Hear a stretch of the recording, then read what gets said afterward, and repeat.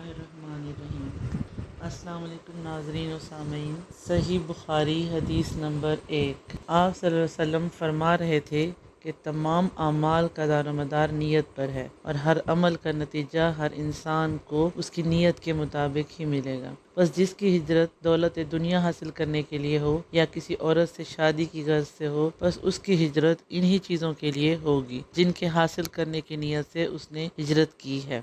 Next हदीस सही बुखारी हदीस नंबर 2। एक शख्स हारिस बिन हशाम नामी ने हज़रत सल्लल्लाहु अलैहि वसल्लम से सवाल किया था कि हजूर सल्लल्लाहु अलैहि वसल्लम आप पर वही कैसे नाजिल होती है। आप सल्लल्लाहु अलैहि वसल्लम ने फरमाया कि वही नाजिल होते वक्त कभी मुझको घंटी किसी आवाज़ महसूस होती है और वही की ये कैफियत मुझ पर बहुत शाक गुजरती है। जब ये कैफियत ख़त्म होती है तो मेरे दिलो दिमाग पर इस फरिश्ते के ज़रिए नाजिल शुदा वही महफूज हो जाती है और किसी वक्त ऐसा होता है कि फरिश्ता बशक्ल इंसान मेरे पास आता है और मुझसे कलाम करता है, बस मैं इसका कहा हुआ याद रख लेता हूँ। हज़रत आयशा रज़ियल्लाहु अन्हा का बयान है कि मैंने सख्त कड़ाके की सर्दी में हज़रत सल्लल्लाहु अलैहि वसल्लम को देखा है कि जब आप सल्लल्लाहु अलैहि वसल्लम पर वही नाजिल हुई और जब इसका सिलसिला मौकूफ़ हुआ तो आप सल्लल्लाहु अलैहि वसल्लम की पेशानी पसीने से शराबूर थी। सही बुखारी हदीस नंबर 3। हज़रत सल्लल्लाहु अलैहि वसल्लम पर वही का इब्तदाई दौर अच्छे सच्चे पाकीज़ा ख्वाबों से शुरू हुआ।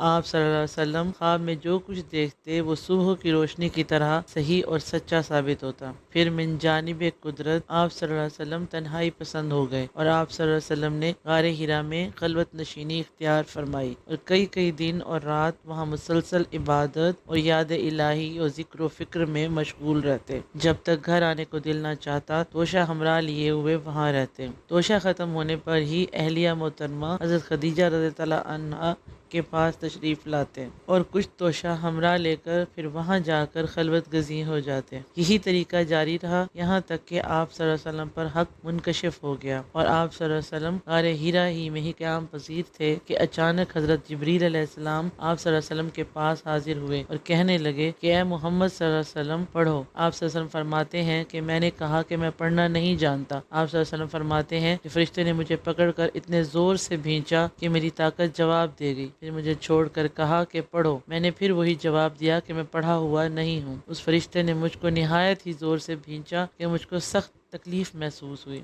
फिर उसने कहा कि पढ़। मैंने कहा मैं पढ़ा हुआ नहीं हूँ। फरिश्ते ने तीसरी बार मुझको पकड़ा और तीसरी मर्तबा फिर मुझको भेजा। फिर मुझे छोड़ दिया और कहने लगा कि पढ़ो अपने रब के नाम की मदद से जिसने पैदा किया और इंसान को खून की फुटकी से बनाया। पढ़ो और आपका रब बहुत ही मेहरबानियाँ करने वाला है। बस यही आयतें आप जिब्रील अलैहिस्सलाम से सुनकर इसी हाल में गारे हिरा से वापस हुए कि आपका दिल इस अनोखे वाक़या से कांप रहा था। आप सल्लल्लाहु अलैहि वसल्लम हज़रत खदीजा के यहाँ तशरीफ़ लाए और फरमाया कि मुझे कंबल ओढ़ा दो, मुझे कंबल ओढ़ा दो। लोगों ने आपको कंबल ओढ़ा दिया। जब आप सल्लल्लाहु अलैहि वसल्लम का डर जाता रहा तो आप सल्लल्लाहु अलैहि वसल्लम ने अपनी ज़ोजा मोहतरमा हज़रत खदीजा रज़ियल्लाहु अन्हा को तफसील के साथ ये वाक़या सुनाया और फरमाने लगे कि मुझको अपनी जान का खौफ हो गया है। आप सल्लल्लाहु अलैहि वसल्लम की अहलिया हज़रत खदीजा रज़ियल्लाहु अन्हा ने आपकी ढारस बंधाई और कहा कि आप सल्लल्लाहु अलैहि वसल्लम का ख्याल सही नहीं है। खुदा की कसम आपको अल्लाह कभी रुस्वा नहीं करेगा। आप सल्लल्लाहु अलैहि वसल्लम तो इखलाक़ फाजिला के मालिक हैं। आप सल्लल्लाहु अलैहि वसल्लम तो कुंबा परवर हैं। बेकसों का बोझ अपने सर पर रख लेते हैं। मुफलिसों के लिए आप सल्लल्लाहु अलैहि वसल्लम कमाते हैं। मेहमान नवाजी में आप सल्लल्लाहु अलैहि वसल्लम बेमिसाल हैं और मुश्किल वक्त में आप सल्लल्लाहु अलैहि वसल्लम अम्र हक का साथ देते हैं।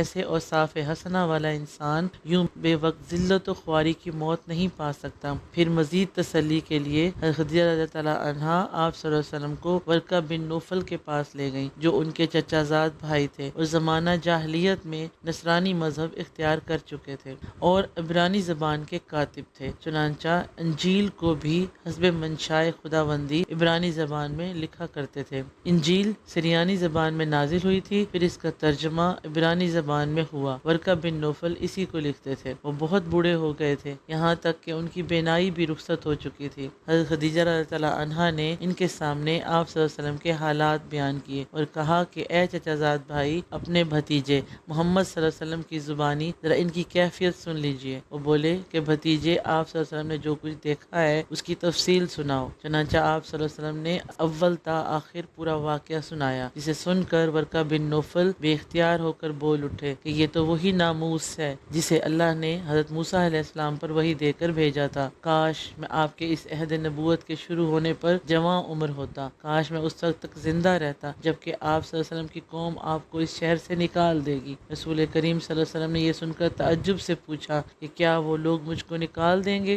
حالانکہ میں تو ان میں صادق و امین مقبول ہوں۔ ورقہ بن نوفل بولے ہاں یہ سب کچھ سچ ہے، مگر جو شخص بھی آپ صلی اللہ علیہ وسلم کی طرح امر حق لے کر آیا لوگ اس کے دشمن ہی ہو گئے ہیں۔ اگر مجھے آپ صلی اللہ علیہ وسلم کی نبوت کا وہ زمانہ مل جائے تو میں آپ صلی اللہ علیہ وسلم کی پوری مدد کروں گا، مگر ورقہ بن نوفل کچھ دنوں کے بعد انتقال کر گئے، پھر کچھ عرصہ تک وحی کی آمد موقوف رہی۔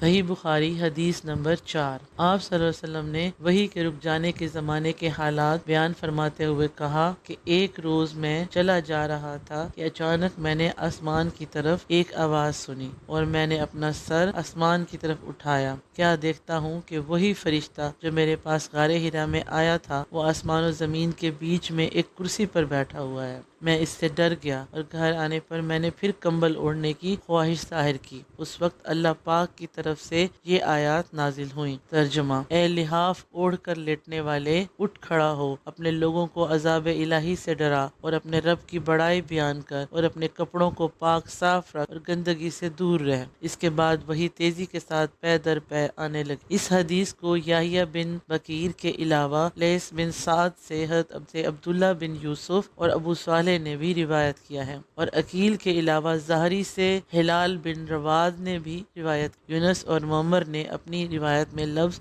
فوادہ کی جگہ بوادرہ نقل کیا ہے۔ اگلی حدیث صحیح بخاری حدیث نمبر 5۔ انہوں نے ابن عباس رضی اللہ عنہ سے کلام الہی کی تفسیر کے سلسلہ میں سنا کہ رسول اللہ صلی اللہ علیہ وسلم نزول قرآن کے وقت بہت سختی محسوس فرمایا کرتے تھے، اور اس کی علامتوں میں سے ایک یہ تھی کہ یاد کرنے کے لیے آپ صلی اللہ علیہ وسلم اپنے ہونٹوں کو ہلاتے تھے۔ ابن عباس رضی اللہ عنہ نے کہا میں اپنے ہونٹ ہلاتا ہوں جس طرح آپ صلی اللہ علیہ وسلم ہلاتے تھے۔ سعید کہتے ہیں میں بھی اپنے ہونٹ ہلاتا ہوں جس طرح ابن عباس رضی اللہ عنہ کو میں نے ہلاتے دیکھا، پھر انہوں نے اپنے ہونٹ ہلائے۔ ابن عباس رضی اللہ عنہ نے کہا پھر یہ آیت اتری کہ اے محمد صلی اللہ علیہ وسلم، قرآن کو جلد جلد یاد کرنے کے لیے اپنی زبان نہ ہلاؤ، اس کا جمع کر دینا اور پڑھا دینا ہمارا ذمہ ہے۔ حضرت ابن عباس رضی اللہ عنہ کہتے ہیں یعنی قرآن آپ صلی اللہ علیہ وسلم کے دل میں جما دینا اور پڑھا دینا ہمارے ذمہ ہے، پھر جب ہم پڑھ چکے تو اس پڑھے ہوئے کی اتباع کرو۔ ابن عباس رضی اللہ عنہ فرماتے ہیں اس کا مطلب یہ ہے کہ آپ اس کو خاموشی کے ساتھ سنتے رہو، اس کے بعد مطلب سمجھا دینا ہمارے ذمہ ہے، پھر یقیناً یہ ہماری ذمہ داری ہے کہ آپ اس کو پڑھو یعنی اس کو محفوظ کر سکو۔ چنانچہ